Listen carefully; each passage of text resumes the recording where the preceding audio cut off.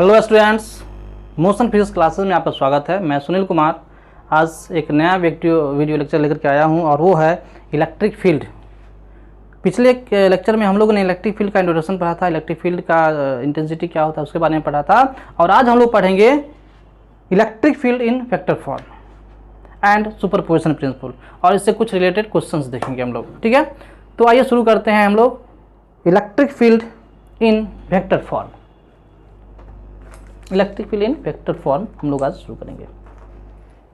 देखिए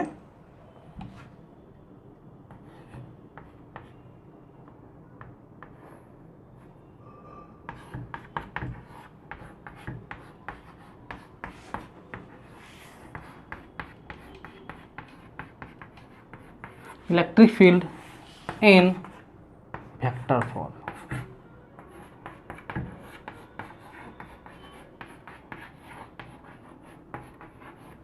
ठीक है, वेक्टर फॉर्म में हम देखेंगे इलेक्ट्रिक फील्ड को। चलिए, हम लोगों ने पिछले लेक्चर में पढ़ा था कि इलेक्ट्रिक फील्ड वो वेक्टर क्वांटिटी होता है। ठीक है, इलेक्ट्रिक फील्ड जो है वो वेक्टर क्वांटिटी होता है। हम लोगों ने इलेक्ट्रिक फील्ड इंटेंसिटी निकाला था। क्या निकाला था कि KQ/R²। हम लोगों ने ये भी देखा था कि इलेक्ट्रिक फील्ड जो है वो टेस्ट चार्ज पर डिपेंड नहीं कर सकता है, उसका इंटेंसिटी सिर्फ सोर्स चार्ज पर डिपेंड करता है। ठीक है, आइए देखते हैं हम लोग वेक्टर फॉर्म इलेक्ट्रिक फील्ड का। ध्यान दीजिए, इधर मान लिया जाए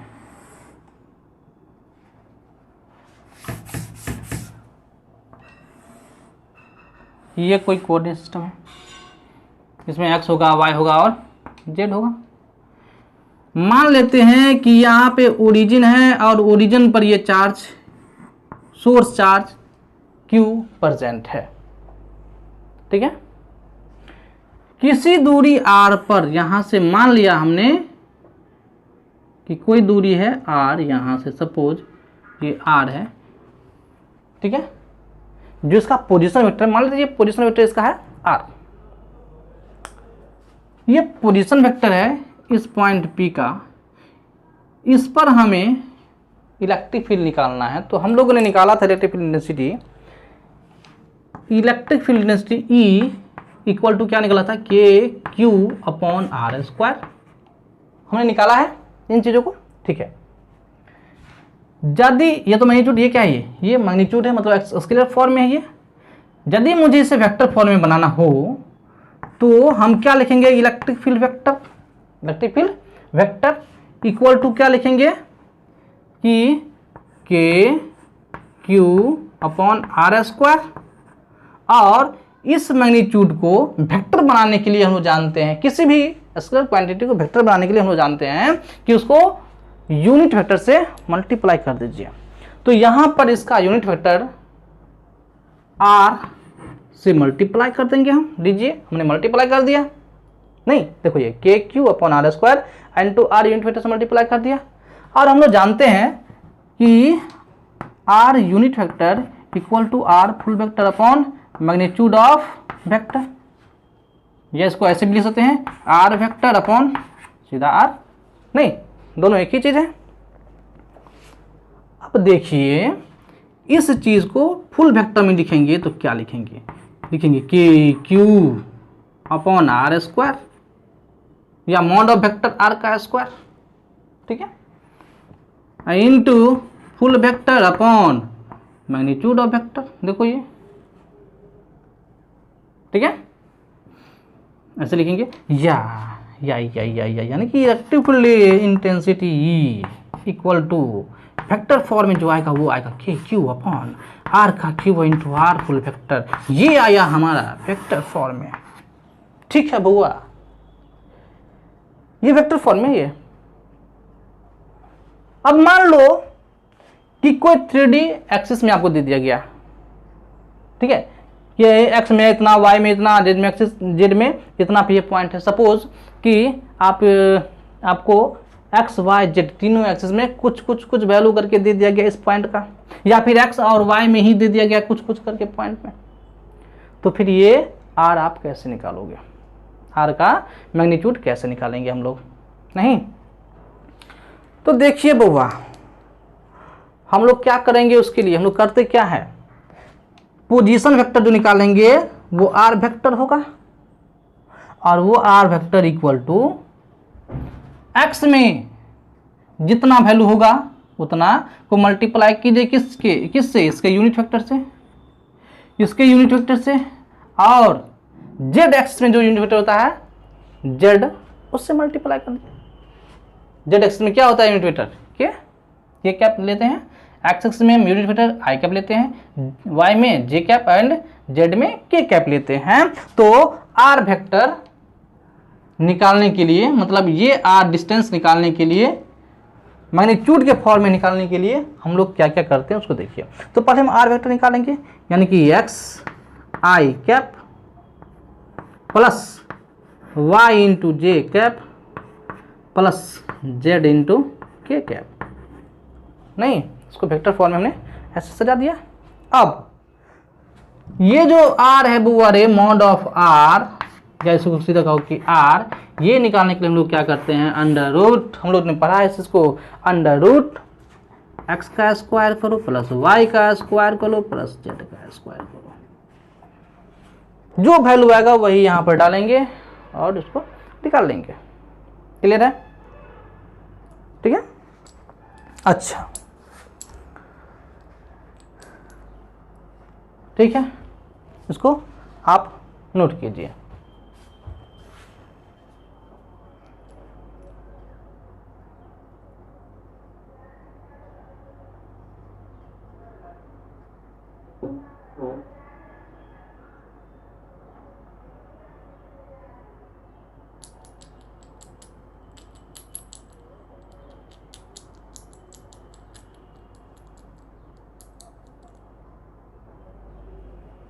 ठीक है, अब देखिए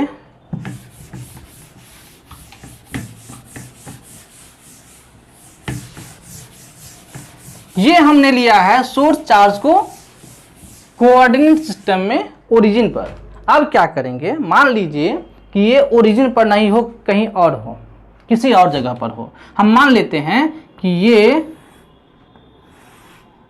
हमारा coordinate system X Y, source charge हमारा ओरिजिन पर नहीं होकर के मान लीजिए कि ये यहाँ पर है, सपोज Q, और यहाँ पे कोई टेस्ट चार्ज यहाँ पर है Q0, ठीक है, जो डिस्प्लेसमेंट वेक्टर R पर है।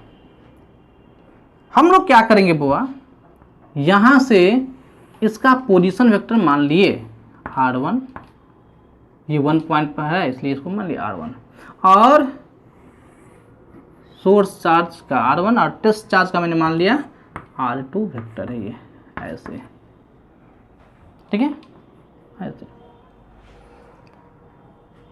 इस केस में हम लोग कैसे निकालेंगे इलेक्ट्रिक फील्ड? देखिए हमने पढ़ा है electric field equal to E equal to क्या होता है बुआ, के क्यू अपॉन आर का क्यू इंटू आर वेक्टर, हमने यही पढ़ा है क्या वेक्टर फॉर्म में। अब ये जो आर वेक्टर है, आर वेक्टर इक्वल टू क्या होगा, R2 vector minus R1 vector, है ना। R2 बराबर क्या होगा, देखिए तो R2 बराबर होगा, R2 बराबर इसका x एक्सिस में, y एक्सिस में, z एक्सिस में पोजीशन, इसका भी x में, y में, z में पोजीशन। R2 इक्वल टू क्या होगा, हम मान लेते हैं कि x2 i cap plus y2 j cap plus z2 k cap, and R1 का जो वैल्यू होगा, R1 वेक्टर का जो वैल्यू है वो x1 i cap plus y1 j cap plus z1 k cap. इसका वैल्यू इसमें बिठा दीजिए तो क्या हो गया, R vector equal to R2 minus R1 है, R2 कितना x2 i cap plus y2 j cap plus z2 k cap, minus क्या होगा x1 i cap plus y1 j cap plus z1 k cap, ऐसे होगा। अब देखो बुआ, i common है तो क्या करेंगे इसको, x2 माइनस x1 इंटू आई कैप, ठीक है, plus y2 minus y1 into J cap plus z2 minus z1 into K cap, ऐसे कर देंगे। यानी कि आर वेक्टर इक्वल टू हमको याद देगा। तो मैग्नीट्यूड निकालना तो क्या करेंगे हम लोग, यानी कि आर वेक्टर का मैग्नीट्यूड निकाल दीजिए। तो x2 माइनस x1 का whole square plus y2 minus y1 का whole square plus z2 minus z1 का होल स्क्वायर, इस टोटल का रूट कर दीजिए, यही वैल्यू निकलेगा आपको आर वेक्टर का मॉड, मतलब इस आर का वैल्यू निकल जाएगा। और ये वैल्यू हम लोग पुट कर देंगे वहां पे, निकल जाएगा वैल्यू, ठीक है, इसको नोट कर दीजिए।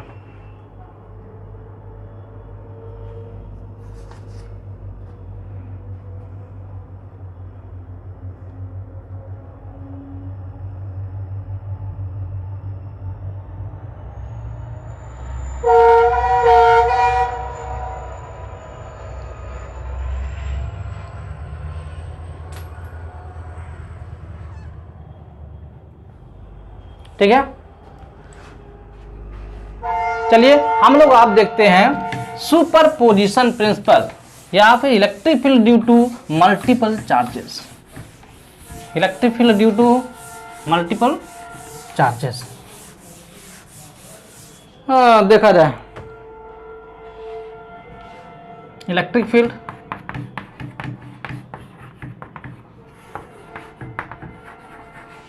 Due to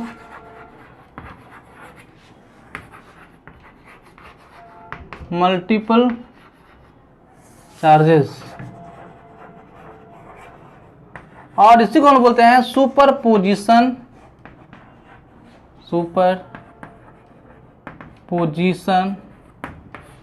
principal of electric field, ऐसे सुपरपोजिशन प्रिंसिपल। मल्टीपल चार्जेस के द्वारा इलेक्ट्रिक फील्ड, मान लीजिए कि बहुत सारा चार्ज है, डिस्क्रीट चार्ज है, बहुत सारा पॉइंट चार्ज है। कौन सा चार्ज है, पॉइंट चार्ज। ये यहाँ पर एक चार्ज लीजिए Q1, यहाँ पर लीजिए Q2, मैंने मान लिया Q2, यहाँ पे Q3, यहाँ पर Q4, ठीक है, डॉट डॉट बहुत सारा चार्ज है।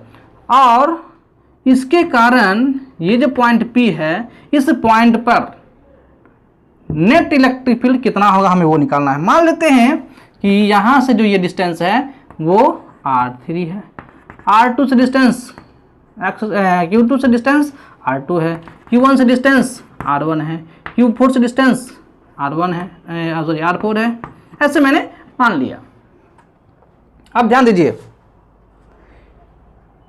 ये जो चार्ज है Q3, इसके कारण इलेक्ट्रिक फील्ड इधर की ओर, ठीक है, इसके कारण इलेक्ट्रिक फील्ड इधर की ओर, इसको हम E3 कहें, इसको हम क्या कहें, E2 कहें, Q1 के द्वारा E1 कहें, इसके द्वारा E4 कहें, ऐसे हम कह रहे हैं, ठीक है।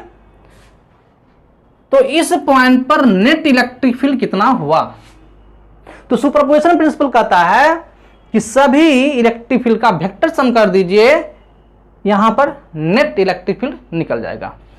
तो हम ऐसे कहेंगे कि the vector sum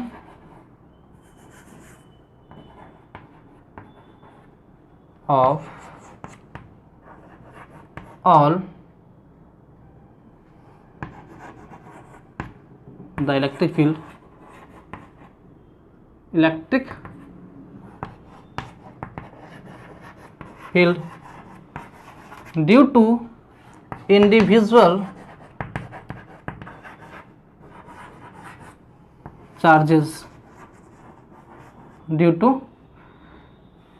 charges is the total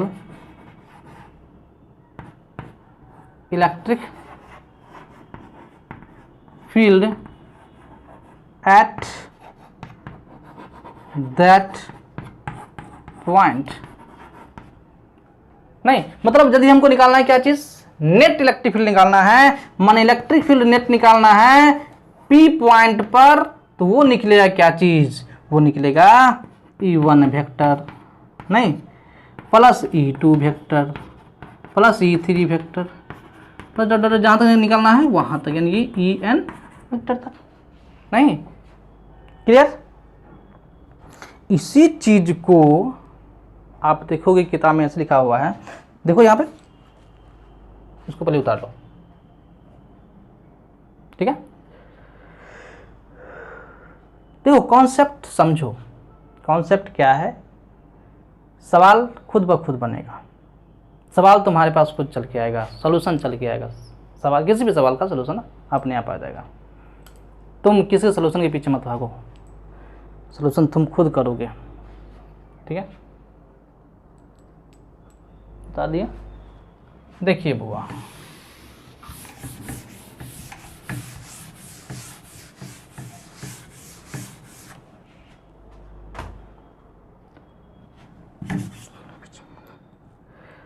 हाँ देखिए, ध्यान दीजिएगा, electric field E equal to हमने समझा है E1 plus E2 plus E3, E का वैल्यू क्या हुआ K Q, मतलब Q1 बट्टा में R1 का स्क्वायर प्लस K Q2 बट्टा में R2 का स्क्वायर, नहीं, plus dot dot dot plus K Qn बट्टा में Rn का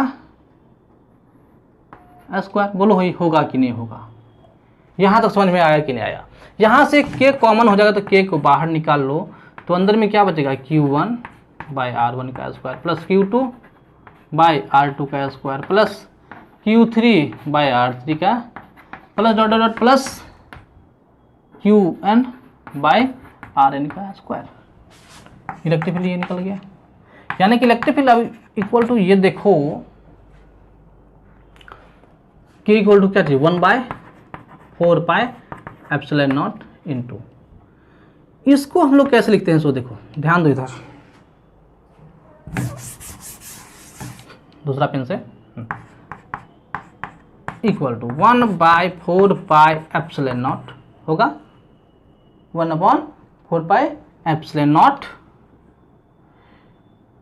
इनटू, देखो बउआ सम कर रहे हैं, क्या कर रहे हैं, इसको हम सम कर, समीशन लगा दिया तो बड़ा करो, ठीक है। समीशन I इक्वल टू 1 से लेकर के I इक्वल टू n तक, और QI बाई RI का स्क्वायर, यही हो जाएगा, ठीक है, ठीक है, ये होगा। और R वेक्टर, हम यहाँ पर R वेक्टर लगाएंगे, वेक्टर फॉर्म लिख रहे हैं तो R, यदि वेक्टर फॉर्म लिख रहे हैं तो यहाँ पर क्यों हो जाएगा, नहीं, ये किस में था, ये स्केलर फॉर्म में डाल दिए हैं। यदि हम वेक्टर फॉर्म में डालेंगे, ये तो मैग्नीट्यूड हो गया इसका, नहीं मैग्नीट्यूड है इसका। यदि वेक्टर फॉर्म में डाल रहे हैं तो हमको यहाँ पर क्यूब करना पड़ेगा, क्यूब होगा, और यहाँ पे आर आई, ऐसे ऐसे आर आई वेक्टर, ठीक है। तो यही चीज़ निकलता है हमको, क्या चीज़, सुपर पोजिशन प्रिंसिपल, नहीं, ठीक है।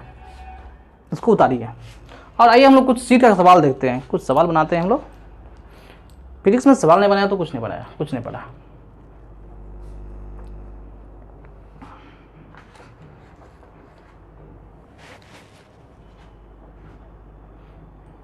ठीक है, मिटाओ इसे।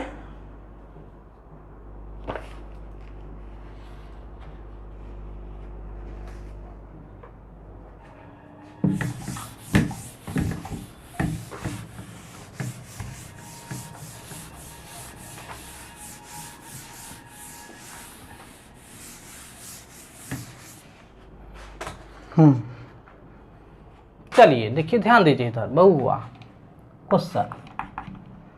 मान लिया जाए कि यहाँ पर कोई 4 कूलम का चार्ज है, 4 कूलम का कोई चार्ज है, इससे 1 मीटर की दूरी पर कोई पॉइंट है P, यहाँ पर निकाले इलेक्ट्रिक फील्ड कितना होगा। Electric field EP equal to what, EP equal to कितना होगा, इलेक्ट्रिक फील्ड इक्वल टू नहीं, देखिए बुआ हमने पढ़ा है कि इक्वल टू क्या होता है, के Q upon R square.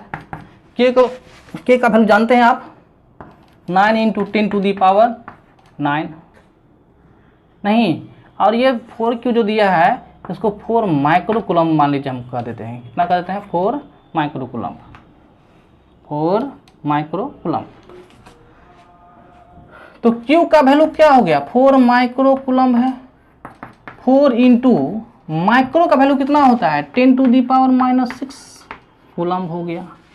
R का वैल्यू क्या हो गया बुबारे, R का वैल्यू बताओ, 1 मीटर नहीं। तो देखो 9 into 10 to the power 9 into Q कितना हो गया 4 into 10 to the power -6 upon R square, और R कितना है 1, तो 1 का स्क्वायर, तो मल्टीप्लाई कर दो 36 into 10 to the power 3 newton पर कूलम। इलेक्ट्रिक फील्ड निकल जाएगा ये नहीं, ठीक है। अब आप लोग अपन देखो क्वेश्चन लो, यहाँ पर कोई चार्ज है 16 माइक्रो कूलम का, दूरी है ये P पॉइंट है, यहाँ से दूरी 10 सेंटीमीटर। इस पॉइंट पर इलेक्ट्रिक फील्ड का ये जो वैल्यू होगा EP इक्वल टू क्या होगा बताओ आप लोग, निकालो आप लोग, ठीक है। फिर निकालो यहाँ पर P पॉइंट पे 10 सेंटीमीटर की दूरी पर, ठीक है, यहाँ पे माइनस में 25 माइक्रो कूलम का चार्ज रखा हुआ है, माइक्रो कूलम का चार्ज है ये। तो इस पे आप इलेक्ट्रिक फील्ड निकालो कि क्या होगा, ठीक है। अच्छा, मैं कुछ क्वेश्चन और करवाता हूँ, इसको पहले नोट कर लो आप।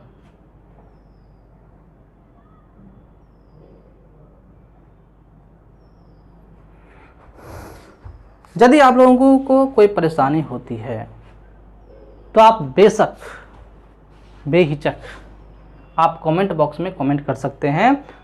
यदि कोई प्रॉब्लम हो रहा है तो प्रॉब्लम पूछ सकते हैं, प्रॉब्लम डिस्कशन कर सकते हैं, आप कॉल भी कर सकते हैं। यहाँ पर नंबर दिया गया है, इस नंबर पर कॉल भी कर सकते हैं आप, ठीक है। Okay, thank you. अब देखिए कुछ अलग तरह का सवाल मैं करवाने जा रहा हूँ आप, जो जैसा सवाल मैं कूलम्स लॉ में मैंने करवाया था, परसेंटेज चेंज वाला, ठीक है, मैंने आपसे करवाया था। क्वेश्चन ये कह रहा है, क्वेश्चन कह रहा है कि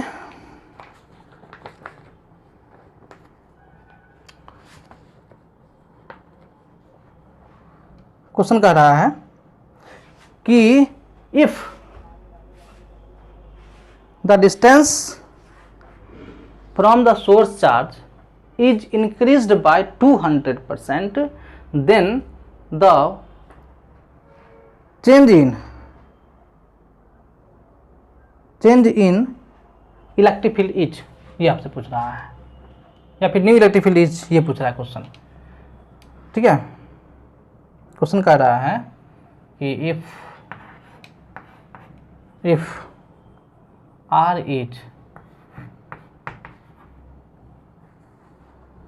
is increased by increased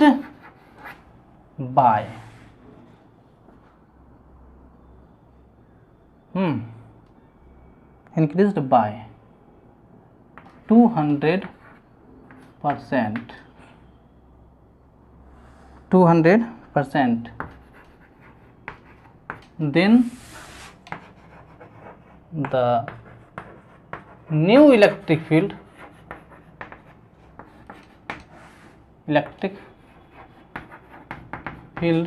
will be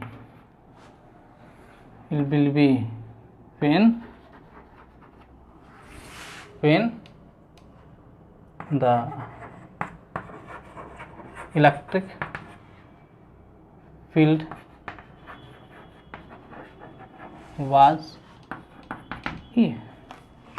कह रहा है कि यदि R इंक्रीज कर जाता है 200% से, इंक्रीज्ड बाय, देखिए इसी का मैंने बताया था, मैंने कूलम्स लॉ में भी ये चीज़ बताया था कि इंक्रीज्ड बाय यदि दे रहा है 200% तो हम लोग क्या करते हैं, और इंक्रीज्ड टू यदि हो जाता है 200% तो हम लोग क्या करते हैं। इसका जिक्र मैंने कूलम्स लॉ में भी किया है, यदि आप लोग नहीं पढ़े हैं तो कूलम्स लॉ आप जाकर पढ़िए, वहाँ भी आपको सवाल मिल जाएगा ऐसा, ठीक है।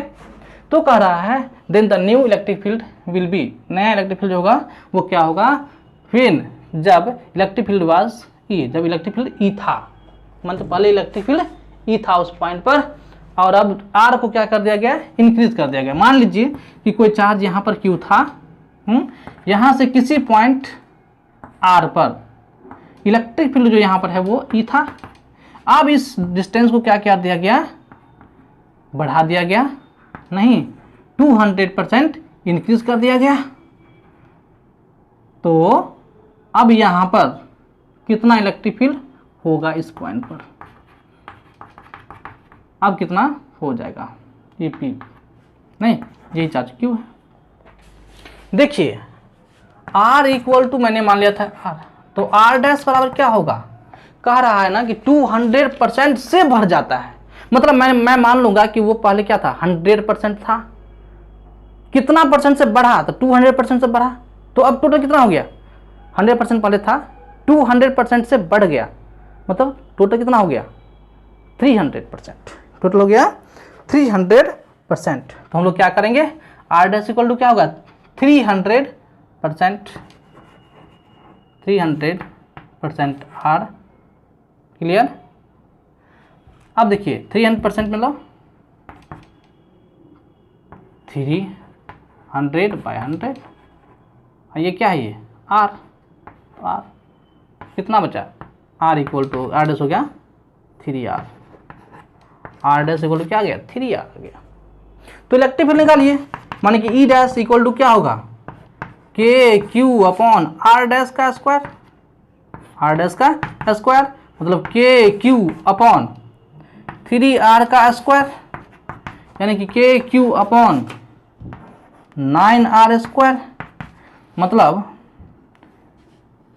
इलेक्ट्रिक फील्ड ये, अच्छा क्या हो, कितना हो गया K1/9 इंटू KQ/R स्क्वायर, और KQ/R स्क्वायर हम लोग क्या कहते हैं E, इलेक्ट्रिक फील्ड E, ये क्या है यहाँ पर KQ/R स्क्वायर, देखिए ये चीज़ था यहाँ पर KQ/R स्क्वायर को हम लोग क्या बोलेंगे E बोलेंगे, यानी कि E/9,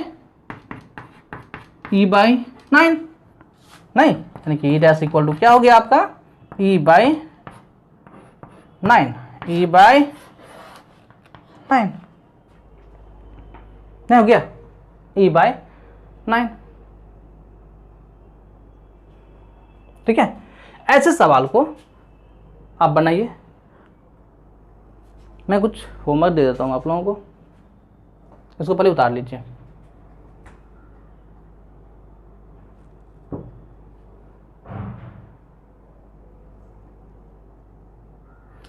मैंने यहां पे कहा सपोज कि ये 200% से नहीं, ये 300% से बढ़ गया, तो आप लोग निकालिए कितना होगा, ठीक है। क्वेश्चन नोट कीजिए और उतारिए।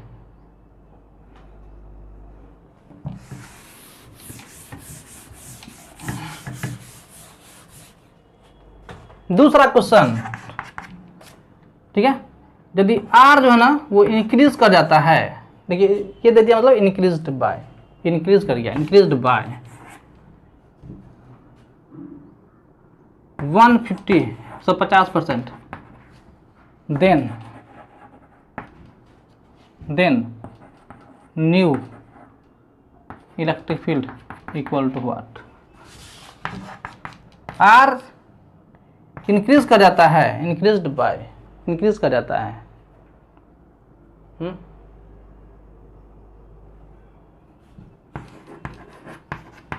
250%, then new E equal to what, R increase कर जाता है, इंक्रीज्ड बाय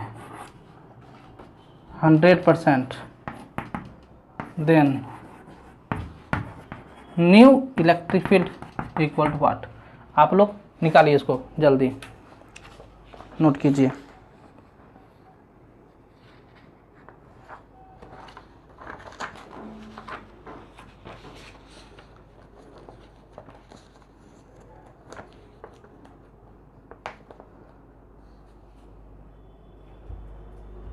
हो गया। अगला क्वेश्चन देखिए, अगला type.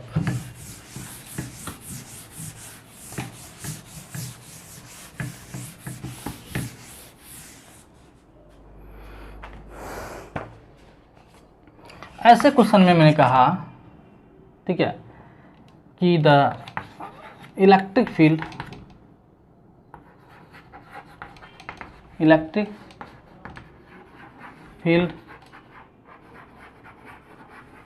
intensity due to a charge Q is E if R is decreased by 75%, then the electric field intensity will be। कह रहा क्वेश्चन की इलेक्ट्रिक फील्ड इंटेंसिटी किसी चार्ज Q के द्वारा E है, यदि R को डिक्रीज कर देगा 75% से, decrease by 75%, then E will be, तब इलेक्ट्रिक फील्ड क्या होगा। देखिए 75% से क्या कर रहा है, डिक्रीज कर रहा है। मैं मान लेता हूं उसको कि 100% था, 100% में से क्या किया, 75% क्या हो गया, डिक्रीज हो गया, मतलब घट गया। जब डिक्रीज हो गया 75% कम गया तो कितना परसेंट बचा, 25%। शेष कितना बचा, 25%। मतलब कि पहले E बराबर बता दीजिए कि Q अपॉन R स्क्वायर तो होता है, नहीं, E बराबर Q upon R square. R dash बराबर क्या हो गया है, R डैश इक्वल टू क्या हो गया, 75% घट गया, मतलब 25% ही बचा, तो 25% आ रहा। मतलब क्या हुआ कि 25/100 R, यानी 1/4 R। R डैश का वैल्यू हो गया 1/4 R, मीन्स R/4। अब निकालिए E डैश का वैल्यू क्या हो जाएगा। तो हम जानते हैं KQ अपॉन R डैश का स्क्वायर, यानी KQ अपॉन R डैश का वैल्यू R/4 का स्क्वायर इक्वल टू क्या होगा, KQ upon R square by 16। अब देखिए इसको पलट दीजिए तो ये 16 KQ अपॉन R स्क्वायर, मतलब ये 16 E, KQ by R square क्या है, E 16E, मतलब E डैश का वैल्यू क्या हो गया, पहले वाले इलेक्ट्रिक फील्ड का 16 गुना बढ़ जाएगा। ठीक है, इसको नोट कीजिए। अब एक होमवर्क दूंगा,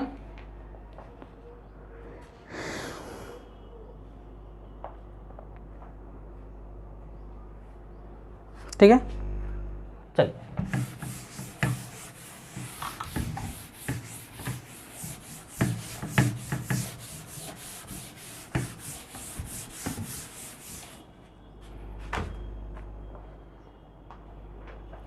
एक और टाइप क्वेश्चन देख लेते हैं हम लोग कि electric field intensity E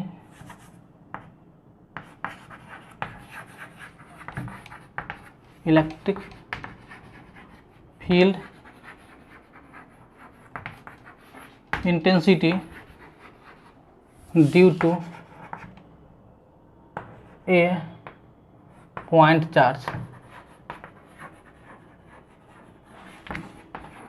Q is E if distance R is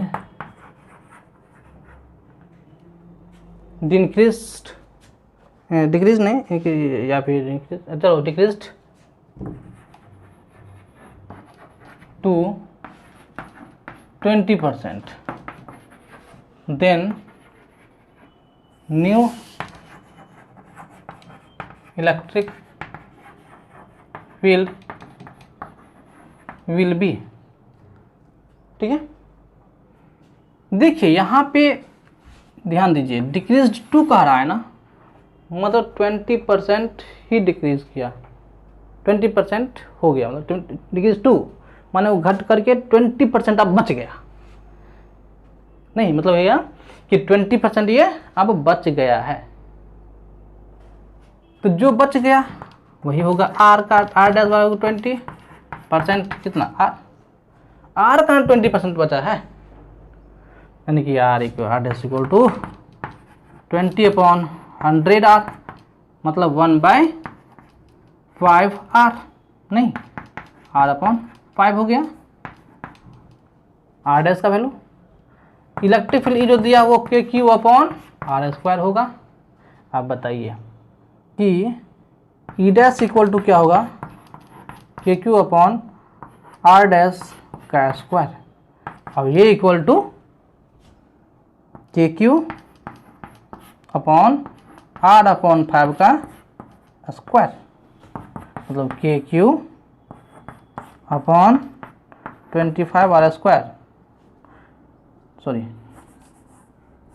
R²/25, 25 ऊपर जाएगा, 25 इंटू KQ/R² मीन्स 25 ई, मतलब ई डैश इक्वल टू हो गया, E dash equal to 25 times of ए,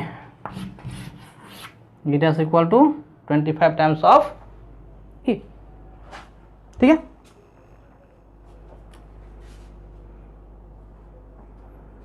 ठीक है, नेक्स्ट वीडियो में हम लोग देखेंगे इलेक्ट्रिक फील्ड से रिलेटेड और बहुत सारे क्वेश्चंस।